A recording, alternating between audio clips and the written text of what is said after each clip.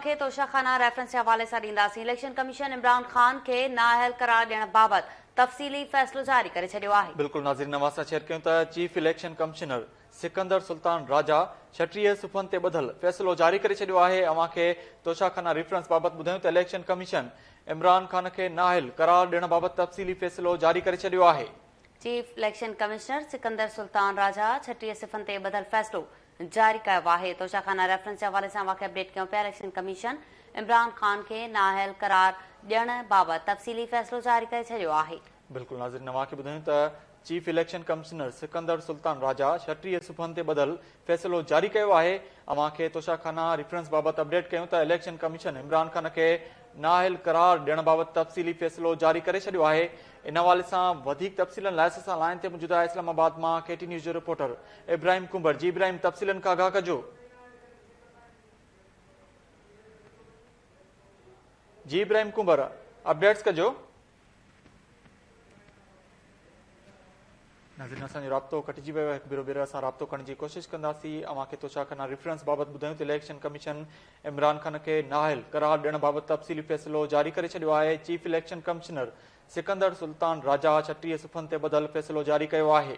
Election commission पंहिंजी website ते बि इमरान ख़ान जे नाअहलीअ बाबति फ़ैसिलो जारी करे छॾियो आहे। इलेक्शन कमीशन पारां तोशाखाना रेफरेंस में इमरान ख़ान खे नाअहल करार ॾिनो वियो हो। इलेक्शन कमीशन इमरान ख़ान जे नाअहलीअ वारो फ़ैसिलो सयूं थियण बाद जारी करे छॾियो आहे। अव्हांखे ॿुधायूं 36 सिफ़नि ते ॿधल फ़ैसिले ते chief election commissioner Sikandar Sultan Raja ऐं चइनी मेंबर्स जूं सयूं थियल आहिनि। इलेक्शन कमीशन पंहिंजी वेबसाइट ते बि इमरान ख़ान जे नाअहलीअ बाबति फ़ैसिलो जारी कयो आहे। हिकु भेरो ॿीहर असां लाइन ते मौजूद आहे इस्लामाबाद मां KT न्यूज़ जो रिपोर्टर इब्राहिम कुंबर। जी इब्राहिम, तफ़सील ॾिजो। जी बिल्कुलु, ही 21 अक्टूबर ते फ़ैसिलो मुख़्तसिर फ़ैसिलो ॿुधायो वियो जेको अॼु बाज़ाब्ते तौर ते जारी कयो वियो आहे। ऐं इन ई फ़ैसिले ते पंजाब जो जेको इलेक्शन कमीशन जो मेंबर आहे उन्हनि जूं सयूं न थियलियूं, बीमारी जे करे हू सयूं न करे सघियो। उनजी सही मुकमल थियण खां पोइ अॼु ही फ़ैसिलो जेको सो आहे इलेक्शन कमीशन जारी कयो आहे। 36 सुफ़नि ते ॿधल फ़ैसिलो आहे जंहिंमें जेको chief election commissioner Sikandar Sultan Raja पाण लिखियो आहे।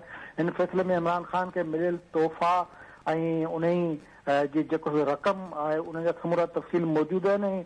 इलेक्शन कमीशन पंहिंजे तफ़सीली फ़ैसिले में चयो त इमरान ख़ान ॼाणी वाणी तोहफ़ा बि लिकाया, न उन तोहफ़ा ज़ाहिर कया, न ई वरी जेको सो तोहफ़नि जे विकिरे खां पोइ जेका रक़म हुई उहा असासन में ज़ाहिर कई आहे। इलेक्शन गोशवारा जेके जमा कराया विया आहिनि उन में हुन तोहफ़ा ऐं ॿी जेका तोहफ़ा विकिणी जेका रक़म हासिलु कई आहे उहे ॿई ज़ाहिर न आहिनि कयूं, जंहिंजे करे आइन जे आर्टिकल 63(1)P तहत खेसि नाअहल थो कयो वञे। ऐं इलेक्शन कमीशन इलेक्शन एक्ट जेको आहे 2017 उन जूं मुख़्तलिफ़ शिकूं ॼाणायूं वियूं आहिनि। इन फ़ैसिले में इमरान ख़ान जे तरफ़ां जेके तोहफ़ा वसूल कया विया, जेके रखिया विया, जेके वापसि कया विया ऐं जेका रक़म अदा कई वई आहे या तोहफ़नि जेका असुल मालियत आहे उन जो पिणु तफ़सीली ज़िक्र आहे। जी वॾी महिरबानी मुंहिंजी तफ़सील ॾियण लाइ इब्राहिम कुंबर। तोशाखाना रेफरेंस जे हवाले सां ॿुधाई पिया। इलेक्शन कमीशन इमरान ख़ान खे नाअहल करार ॾियण बाबति तफ़सीली फ़ैसिलो जारी करे छॾियो आहे। लिखत वारो फ़ैसिलो इलेक्शन कमीशन में पंजाब जे मेंबर जी सही न थियण सबबि जारी न थियो हो। इमरान ख़ान न सूखड़ियुनि ऐं नई असासन बाबति आगाह कयो ऐं नई हासिल कयल पैसनि बाबति बि ॿुधायो। लिखत में फ़ैसिलो जारी कयो वियो। इमरान ख़ान ॼाणे वाणे हक़ीक़तूं लिकायूं ऐं शकी रिपोर्ट जमा कराई। बिल्कुलु नाज़रीन, अव्हांखे तोशाखाना रेफरेंस बाबति ॿुधायूं। इलेक्शन कमीशन इमरान ख़ान खे नाअहल करार ॾियण बाबति तफ़सीली फ़ैसिलो जारी करे छॾियो आहे।